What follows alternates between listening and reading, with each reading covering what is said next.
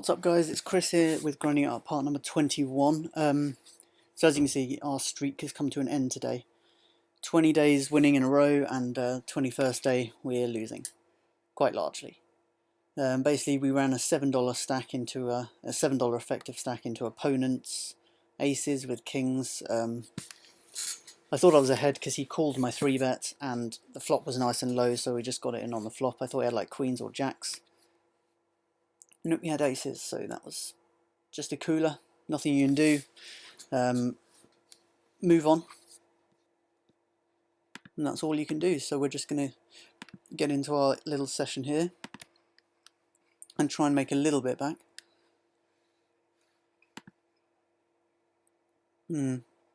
It's annoying, but you know, it happens. I'm still pretty happy with that 20-day run of not losing. And you never know, we might be able to stack someone and carry it on. It's just not looking particularly likely. Just going to try and make as much back as we can. I feel like the KK versus Aces thing has just happened so much during this challenge. I think that might be time number 5 against me, and I think I've only managed to administer 2 of them myself. I did just check, and so unless I missed it, then there's something.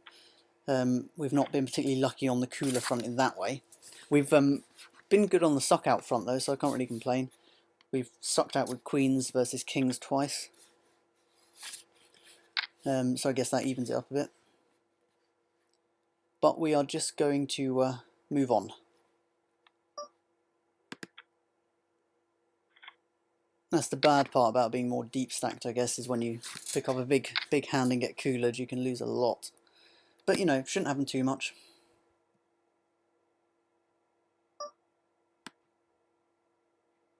Gonna fold that. But apart from that, I played pretty well at the full ring tables. I was on that track for a nice profit, you know, but didn't quite work out that way in the end.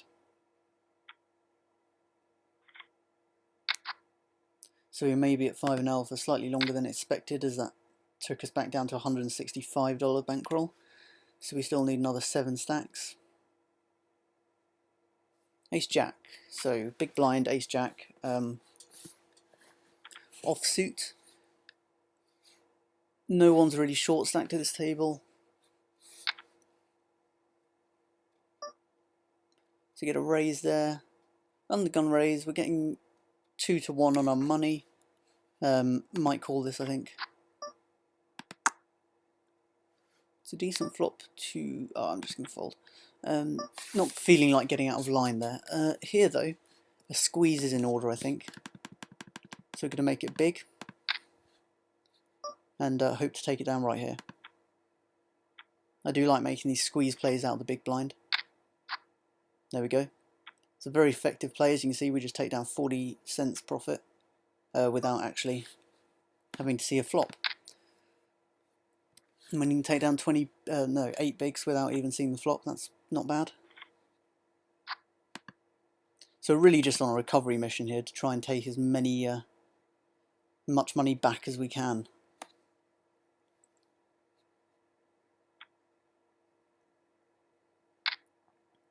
But, you know, it did just happen. I just finished playing that session. Actually, it happened right at the end. But you know, I don't really, as I said, you know, I'm pretty good with not getting tilted. I feel like I'm still able to play good stuff. Do we call or raise? I think you can do either. I think because we're out of position, I'm just going to call this.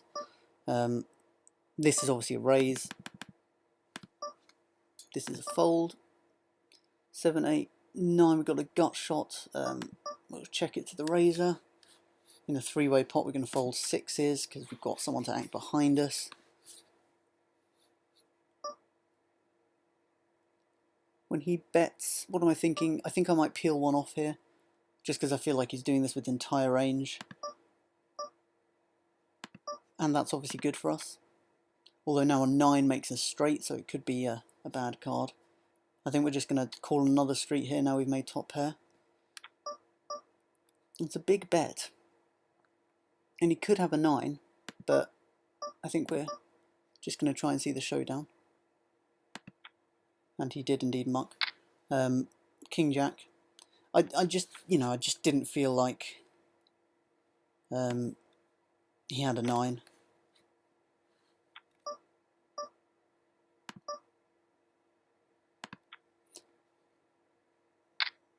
I mean, it was a good board to bluff, so when that jack came off, it was obviously an overcard and it completed a straight, so it was a great board to bluff for him. So I'm very happy we took that down. There's no point going for value on the river. With the 4 cards of a straight out there, we're never going to get called by worse.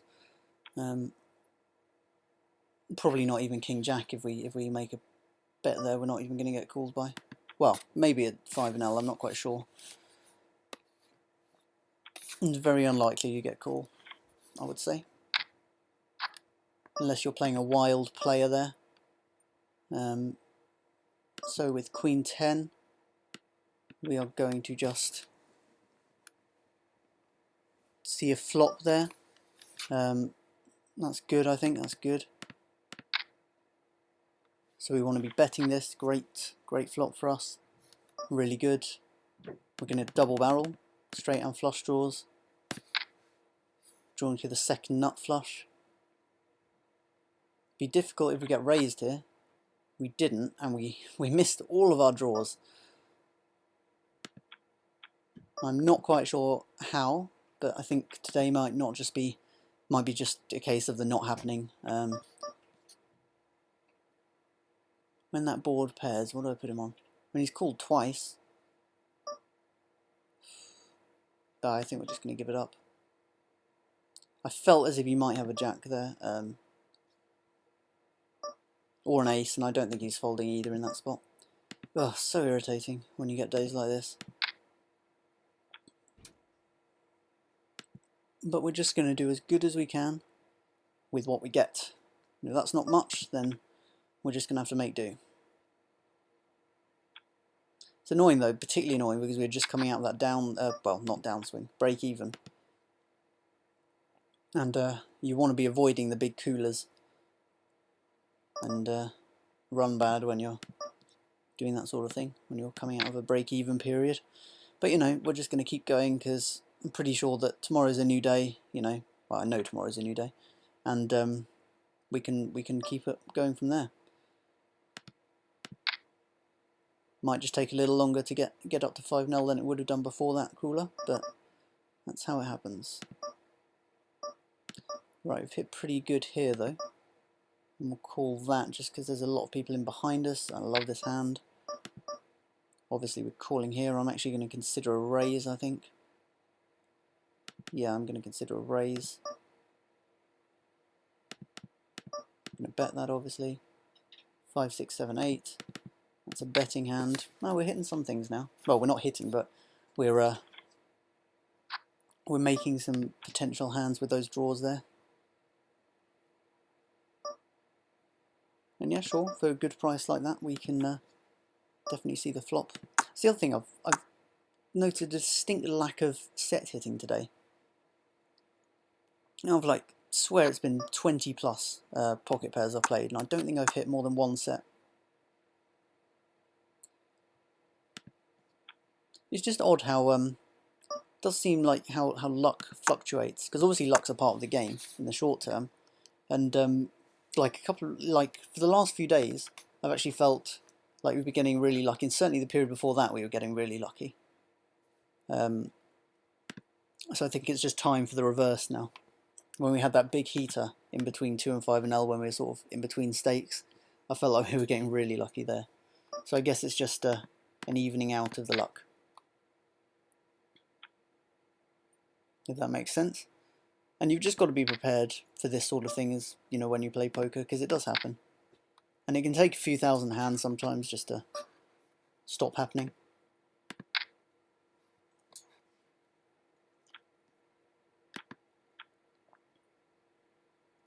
But I think we're probably up for this session. Not quite sure. For this little session, I mean. Pretty sure we were about 550 down for the day, maybe. Maybe a stack down for the day before we started this session. So hopefully we can reduce that by as much as possible. Yeah, I call that. Small suited ace. It's the wrong suit. Come on. Wrong suit. No way can we call that. No, I don't feel like calling that or that. The best thing to do when you're having a rough patch is to just not do anything crazy. Don't make too many loose calls or whatever. Just play pretty solid until you feel comfortable that your downswinging sort of thing is over. We're drawing to the sucker end of the straight here, but we have got the flush draw. I don't see how we can fold with the gut shot and a flush draw. Gut shot, yeah, gut shot and a flush draw. Come on, can we hit one? Can we hit one? Okay, I feel like we can bet this now. Hopefully he might fold. Probably wasn't big enough, need to make it 65. Ugh, typical. Typical. Right, what odds are we getting?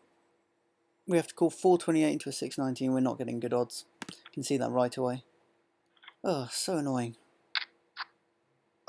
See what I mean? Things come in sets of nuisances. Nuisances come in sets. I don't know. I'm not quite sure what I'm trying to say there. When he checked, I don't know what he would check shove with on that turn. Maybe like a 2... No, I don't know. Maybe we should have taken the free card, but I felt like we had some fold equity there. And we couldn't beat a bluff, put it that way. And we fold and the third 2 comes out. Oh. This is horrendous what's happening at the moment.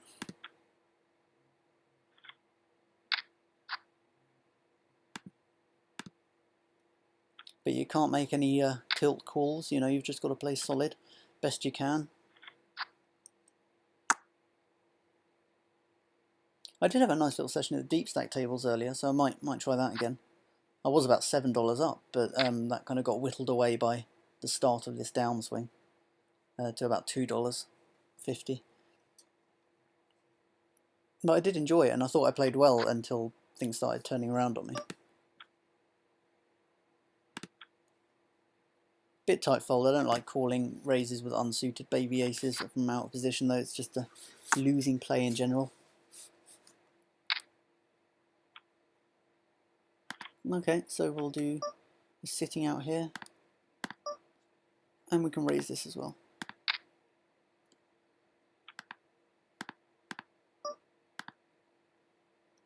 We get 3 bets. We're in position 40. See, that would be a tilt call, but the reason I'm considering is because this guy's pretty tight over 20 hands, so he might pay us off if we hit. But I don't think it's quite worth it. Okay, we're just going to leave, and review the new damage.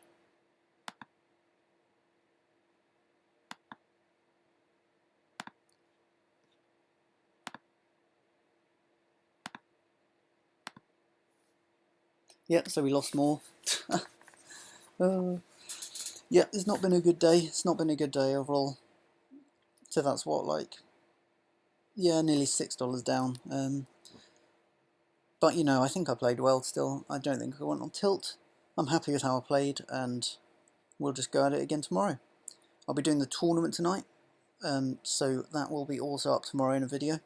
So thank you for watching, and bye for now.